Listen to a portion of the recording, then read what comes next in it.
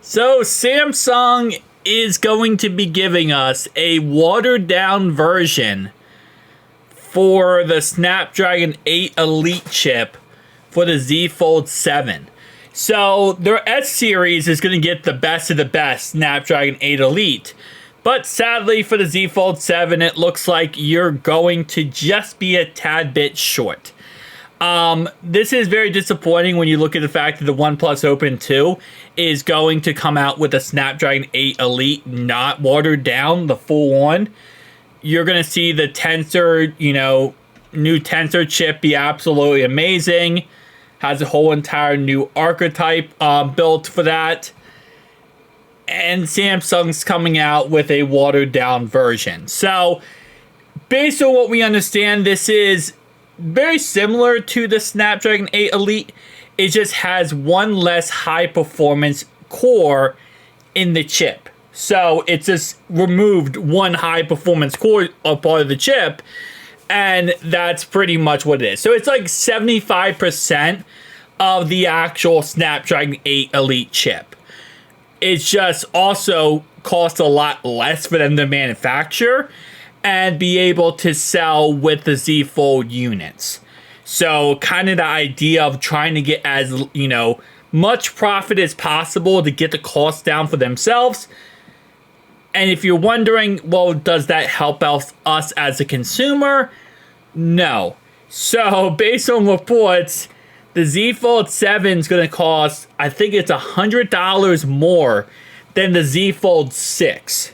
So they're going to give us a watered down processor, which costs them less to make.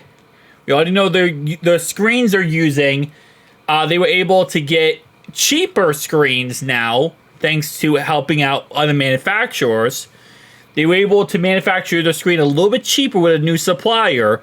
So they're saving money on building these products through a new supplier, through a watered down processor, and we're going to get charged $100 more for these phones. And their profit margins are going through the roof because it costs a lot less to manufacture and a lot more for us to deal with. It is what it is at the end of the day. That's a part of Samsung's motto. We have seen this over the years.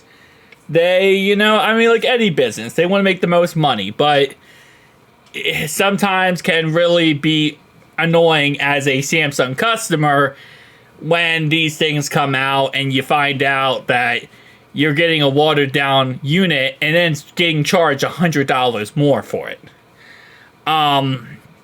It is what it is, It's kind of one of those situations. So that's not promising. Again, the OnePlus Open 2 is going to come out with the Snapdragon 8 Elite full-on processor, the same processor in the S25 Ultra. So I would definitely say, keep your options open. As I said before, Google is coming out with the Google 10 Pro Fold, Pixel Pro Fold, and that thing is going to have a beautiful new chipset in that. A lot of people are excited for the 10 Pro Fold. A lot of people skipped the 9 Pro Fold because of it. Because the 10 Pro Fold, that processor is going to be lightning powerful. It's great at keeping the device cool, calm, and also being able to save battery life. It is just an all-around great chipset Google is releasing with their 10 Pro Fold. OnePlus is killing it.